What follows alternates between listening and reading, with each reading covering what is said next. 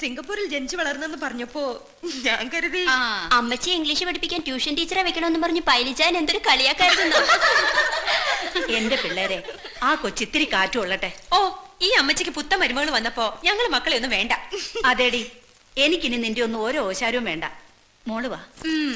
സണ്ണിച്ച പെമ്പിളയും കൊണ്ട് സിംഗപ്പൂര് പോകുമ്പോ അമ്മച്ചി എന്നെ എടുക്കുന്ന അറിയാലോ. സിംഗപ്പൂരിലല്ല, ഈ വീടിന്റെ പടി കടത്തി ഞാൻ എന്റെ മോളെ എങ്ങും വിടത്തില്ല. അമ്മച്ചി ഇത്രയും കാലം കണ്ണിൽ എണ്ണയൊഴിച്ച് കാത്തിരുന്ന് കിട്ടിയതാ എന്റെ കുഞ്ഞിനെ. വാ മോളെ. അമ്മച്ചി, ഞാൻ ഇറങ്ങ. കൊച്ചിനിന്ന പണ്ടെന്റെ കല്യാണത്തിനായിട്ട് ചാച്ചൻ വാങ്ങിച്ചു തന്നതാ. മിന്നെ ഞാനൊരു പാവപ്പെട്ട കുട്ടിക്ക് കൊടുത്തു. മാല കളയാതെ സൂക്ഷിച്ചു വെച്ചിരുന്നു. സണ്ണിച്ചായം കെട്ടിക്കൊണ്ടുവരുന്ന പെണ്ണിന് കൊടുക്കാൻ. മിന്നുമാലയുടെ കൂടെ ഇതും കിടന്നോട്ടെ, ചാച്ചന്റെ ഒരു ഓർമ്മയ്ക്കായിട്ട്.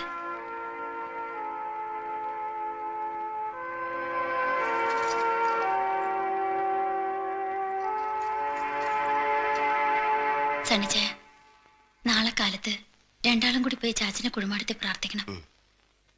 സണ്ണിച്ചായന്റെ പെണ്ണിനെ എനിക്കിഷ്ടപ്പെട്ടു. നല്ല കുട്ടി. കർത്താവ് എല്ലാം നന്നായി വരുത്തും. ഞാൻ വരട്ടെ.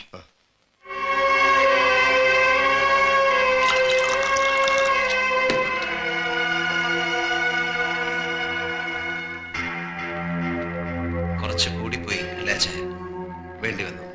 ജയിലിൽ കിടക്കുന്ന മുഹമ്മദ് അലി ഇന്നല്ലെങ്കിൽ നാളെ പുറത്തിറങ്ങും. അറ്റംപ്റ്റ് മർഡർ എന്നുള്ളതിന്റെ തെളിവ് നശിപ്പിക്കാൻ അവന്റെ ചൈനക്കാരൻ ബോസ് പണം ഒഴുക്കും. എനിക്കറിയാം അച്ഛൻ, അവൻ വരും. പോലീസ് അറസ്റ്റ് ചെയ്ത് കൊണ്ടുപോയപ്പോ അവൻ അലറി വിളിച്ചു പറഞ്ഞു, എന്റെ സർവനാശം കാണാൻ അവനും കാത്തിരിക്കുന്നു. ഒന്നുമില്ല, സണ്ണിച്ചൻ ടെൻഷൻ ആവരുത്. ഇനി എന്തെങ്കിലും പറഞ്ഞ് അയ്യര് വിളിച്ചാലും ഉടനെ ഇപ്പൊ സണ്ണിച്ചൻ അങ്ങോട്ട് വരാൻ നിൽക്കണ്ട. നിങ്ങൾ വൈകിക്കണ്ട, ഫ്ലൈറ്റിന് ടൈമായി. കാര്യം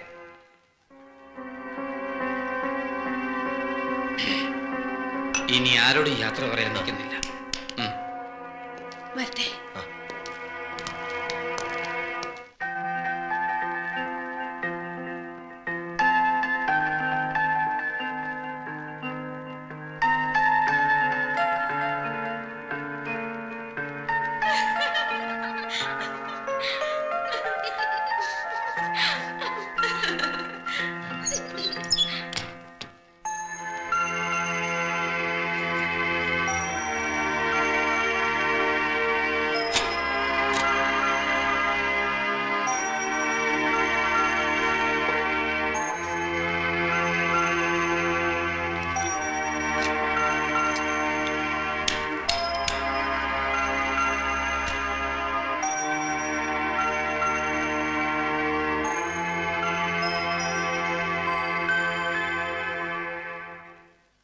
എന്നാ മുറിക്കകത്താകാം.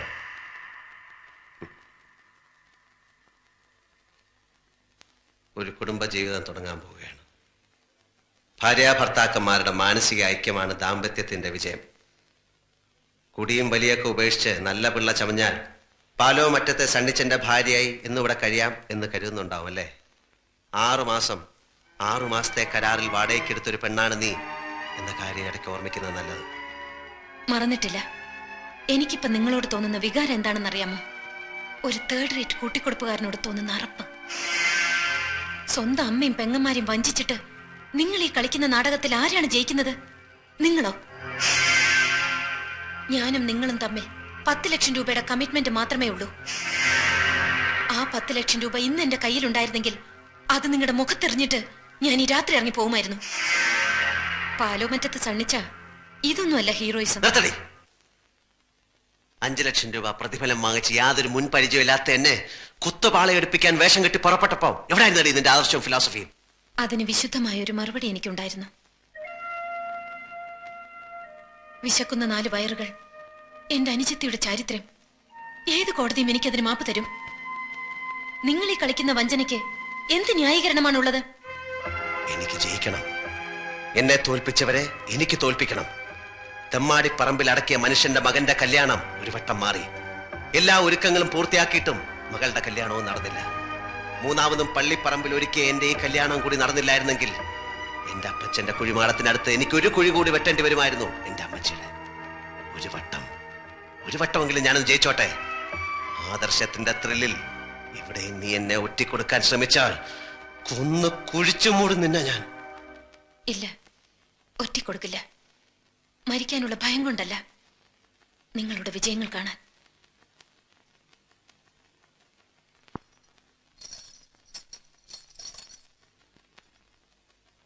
തലമുറകൾ കൈമാറാൻ നിങ്ങളുടെ ചാച്ചൻ തന്ന ഈ പവിത്രമാല ഇതെന്റെ കഴുത്തിൽ കിടന്ന് കളങ്കപ്പെടണ്ട. മോളിക്കുട്ടി സിസ്റ്റർ ചോദിച്ചാൽ പെട്ടിയിൽ വെച്ചിട്ടുണ്ടെന്ന് പറഞ്ഞേക്കാം.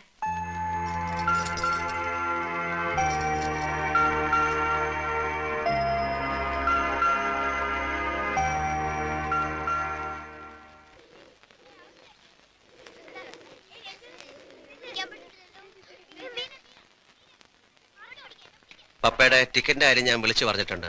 നാളെ കഴിഞ്ഞ് ശരിയാവും. ഞാൻ കാലത്തെ തന്നെ അങ്ങ് പോവുക. അർത്തിങ്കൽ പള്ളിയിൽ ഒരു നേർച്ചയുണ്ട്. നേർച്ച? അർത്തിങ്കൽ പള്ളിയില? അതപ്പോ നേർന്നു? അത് പണ്ട് മോക്ക് മഞ്ഞപ്പിത്തം വന്നപ്പോ നേർന്നതാ. നേർച്ചയും കഴിഞ്ഞ് എറണാകുളത്തും ടിക്കറ്റും എടുത്ത് ഞാൻ അങ്ങ് പോയേക്കാം. സാറേ. സാറല്ലടോ മോൻ. നേരെ വൈകുന്നു. തനിക്ക് അർത്തിങ്കൽ പള്ളിയില് നേർച്ചയ്ക്ക് പോണ്ടേ? തനിക്ക് ബുദ്ധിയില്ല എന്ന് കരുതിയത്. ആ കുട്ടി താഴ്ത്തുണ്ടാവും. യാത്ര പറച്ചില് മെലോ ഡ്രാമയാക്കി കുളമാക്കരുത്. അല്ലെങ്കിൽ തന്നെ തന്റെ അഭിനയം ഇന്നലെ മുതൽ കുറച്ച് ബോറാകുന്നുണ്ട്. എന്താണ് സാർ ഇതിന്റെയൊക്കെ അവസാനം? 6 മാസം ഇവിടെ പുറത്തിട്ട് സണ്ണിയും ഭാര്യയും കൂടെ സിംഗപ്പൂര് പോകുന്നു. അവിടെ വെച്ചൊരു കാർ ആക്സിഡന്റ്. അതിൽ സണ്ണിയുടെ ഭാര്യ മരിക്കുന്നു. ഭാര്യ മരിച്ച സണ്ണിയോട് എല്ലാവർക്കും സിമ്പതി. ഇത്രയൊക്കെ അഭിനയിച്ച് ഫലിപ്പിക്കാമെങ്കിൽ ഈ കഥയും എനിക്ക് പറഞ്ഞ് വിശ്വസിപ്പിക്കാം. സാർ,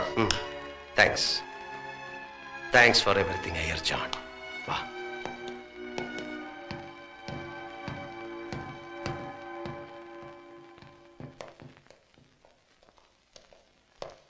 അവിടെ എത്തി നേരം കിട്ടിയ വീട്ടിലറ്റം പോയി എനിക്കിവിടെ സുഖാണെന്ന് പറഞ്ഞേക്കോ. എന്തെങ്കിലും വിശേഷമുണ്ടെങ്കിൽ ഞാൻ അവിടെ ചെന്ന് വിളിക്കാം. വേഷം കെട്ടിലായിരുന്നെങ്കിലും 2 ദിവസം കഴിച്ചപ്പോ ഒരു മകളെ പിരിഞ്ഞ് പോവാന്ന് തോന്നിപ്പോവുക. മെലോ ഡ്രാമ ഒന്നും വേണ്ടെന്ന് പറഞ്ഞില്ലേ? പോവാം.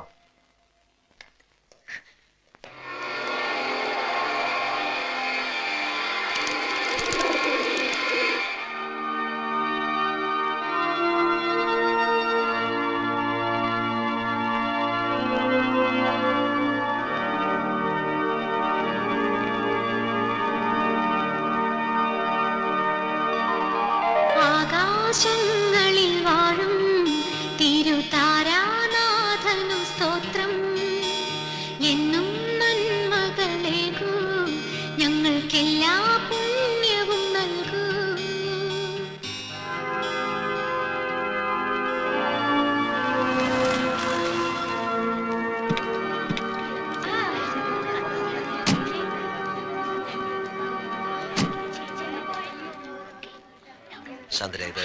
വേണ്ട, പരിചയപ്പെടുത്തണ്ട.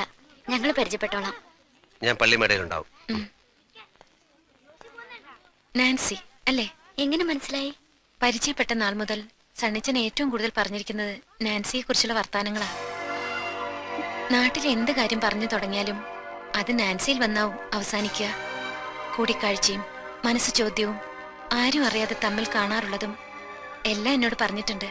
എല്ലാം.